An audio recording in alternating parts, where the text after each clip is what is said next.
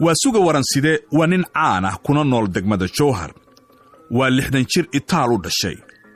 waxa lixaada u dheer waa dadka ayaan daadu dhabankooda ka muuqan. waasuge waa culimo la jir aftahana.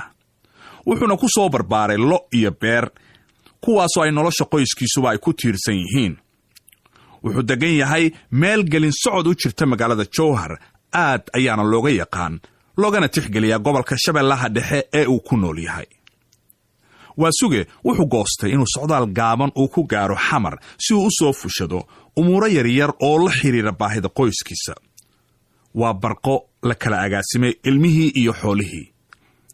waayeelka reeruhu wuxuu isu diyaarinayaa hawl maalmeedkii beeraha. waasuge maanta ayuu baxayaa. wuxuu la dardaarmayaa oo ilinka la taagan yahay afadiisii muslimo. halka uu hooskiisa subax ku dhammaado waxa ku ciyaaraya da'goyskii muslimo oo 5 jir ah. wiilka dhankiisa bidixeed waxa ku xiran weylo ay lo' ka sooftay. yeertooda istaba joogga ahna ay ismaqli laahiin waasuge iyo afadiisa. muslimo waxay taagan tahay qaarka gudihiisa iyadoo cuskan yaambo ay beerta u soo qaadatay. waxay si xiisa leh u dhagaysanaysaa waasuge oo kala ballamaya reerka. muslimo waxay iyaduna markeeda ku adkaysanaysaa duqa fariimo u gaara baahideeda dumar mar haddii odaygii uu magaalo tegayo. duqii iyo afadiisii oo weli dardaarmaya ayaa waxaa yimid rag Jowhar ku socda oo ay waasuge ballansanaayeen in ay isla sii jid maraan. halkaas ayayna iska raaceen. wixii ay socdaanba oo socdaan kushkush taraaraan keliyana ay ka tallaabaanba goor duhura dabayaaqadiis ayay raggii waxa ay tageen magaalada Jowhar. kadib markuu odayaashii la shaahcabay, waasuge wuxuu si toosa u aaday suuqa baabuurta. wuxuu ku beegmay baabuurtii Xamar oo goor hore baxday. nasiib wanaagse in door ah markii uu taagnaa waxa gaalkacyo ka yimid baabuur Xamar u socda. dhowr qof ayaa halkaa uga degay. si sahlan ayuuna waasuge kursi uga helay. isla baabuurka uu waasuge soo raacay waxa la socday nin caan ah oo la yiraahdo Warsame Hawl, kana mid ah xoolo dhaqatada gobolka Mudug. Warsame waxa isaguna uu soo danaystay isla magaalada Xamar. waasuge iyo Warsame maqaadiir eebe ayaa ku kulmisay baabuur gudihii.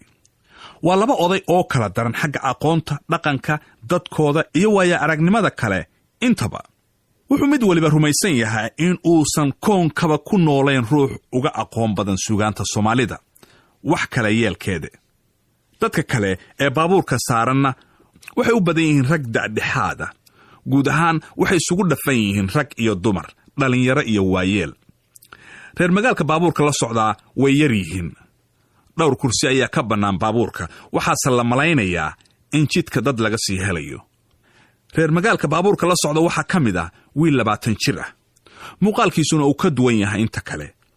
wuxuu labisan yahay surwaal iyo shaar tolmadooda looga dayday habka cusub ee dhalinyarada reer galbeedka. waxaana ku yaal timo aan weli maqasta la barin. wiilka waxa magaciisa la yiraahdaa Dhaan Raac.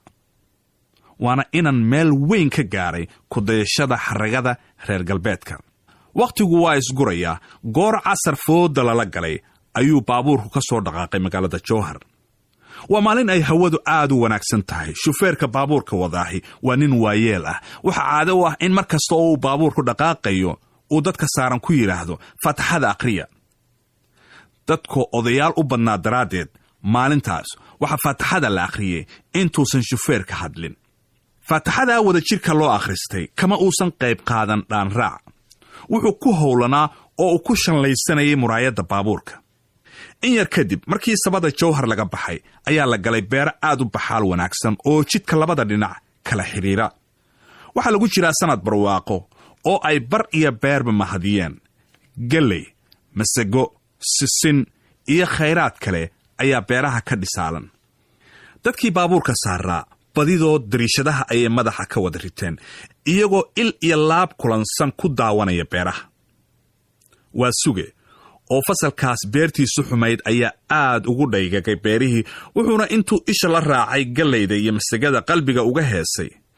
beernimaan falin bawd u dhigin weyn bahal celin kara biyo ugu di'in dow barwaaqa ah badar uga bixin bakaar lagu shubo baahi weligii waa u bilan yahay. markii beerihii laga baxay oo cabaar la socday ayaa shufeerkii qaboojiyey socodkii baabuurka si isdaba joog ahna waxa uu u yeershay hoonka. dadkii oo dhan ayay dhiilo ku abuurtay. qof waliba wuxuu is yidhi bal hubso waxa baabuurka hakiyey. waxay arkeen jidkii oo ay lo iyo geel fara badani ay ku gudban yihiin. waxaa la soo galay meel bulsho xoolo dhaqata ah ay naq ka degtay. dhulku waa doog iyo biyo dhex yaal. midabada indhuhu jecel yihiin oo dhan waxay ku kulansan yihiin dhirta kala jaadka oo ilaahay dalsankaas ku beeray. laama cargeeyey oo caleemo ku gaafan tahay. ubaxna guudka ku sita ayuu geed waliba la liicayaa. ragga iyo dumarka xoolaha la jooga oo caafimaad iyo farxad buuxda ka muuqdaan waxay isu maaweelinayaan ciyaaro hidaha iyo dhaqanka. qaarkoodna meelo fogfog ayay koox ugu sheekaysanayaan. warsame ayaa markuu arkay geelii oo iskugu jira irmaan iyo horweyn, aaran iyo galoof iscelin waayey markaasuu ku dhuftay hees geela isagoo ku luuqaynaya oo yidhi: geelnimaan dhaqan, goodir xalay dhalay, gaawaha u culan, gaarka kala gelin, naaso godol qaba, gaagaxna u helin, gurdankood maqal, gadoon kala dhihin, gaatan ula socon, geed qaba u tegin, waa gobyaa yidhi. markuu warsame heestii dhammeeyey ayaa dadkii baabuurka saaraa badidood ka codsadeen inuu ugu soo celiyo. warsame way la xumaatay inuu isla heestii ku soo celiyo mar labaad.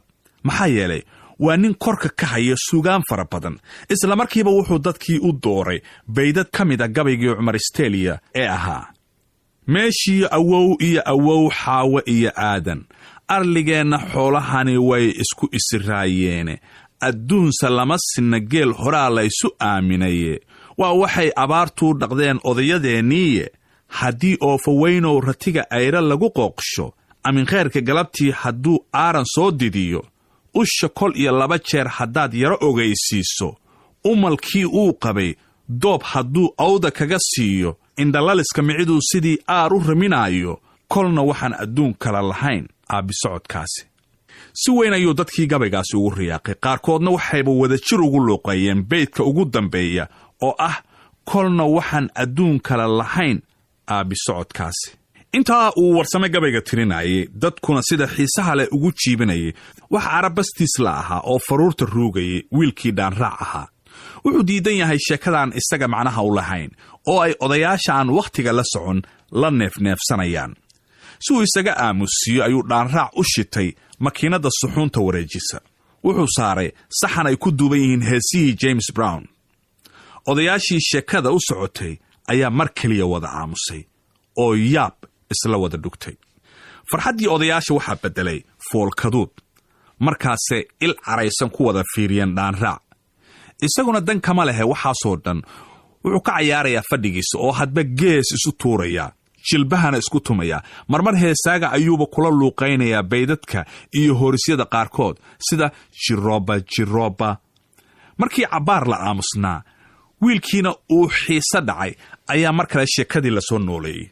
ugu horrayntii waa suge ayaa isagoo aad uga caraysan waxyaalihii uu dhaanraac ku kacay wuxuu tusaale ahaan dadkii ugu tirshay masafadii Sheekh Axmed Gabyo oo ahayd: qasqas carma ah iyo qaabis caamood, midba mar baa la qasmaansadaaye, quud haddii la karsho oo uu qaboobo, intuu qurmaa la soo qubaaye, geeyo qurxoon iyo qayl dameeraad, ninba midkiisaa la qaal badane, rati qawaar ah iyo qaalin juuclo ah, midba mar baa qalab la saaraaye, qashkariso iyo naagta qaafa ah meherkaa loo wada qaybiyaaye, qaran haddii marba qoon u soo kaco, wixii qadiim ah baa la quursadaaye, qur-aankaa toosanee qaadir ka yidhi, qolofqab gaal uhuu qoonsadaaye. rag badan ayaa masaafadaas ka faallooday, waa sugana gacan qaaday, iyagoo islamarkaana isha ku godaya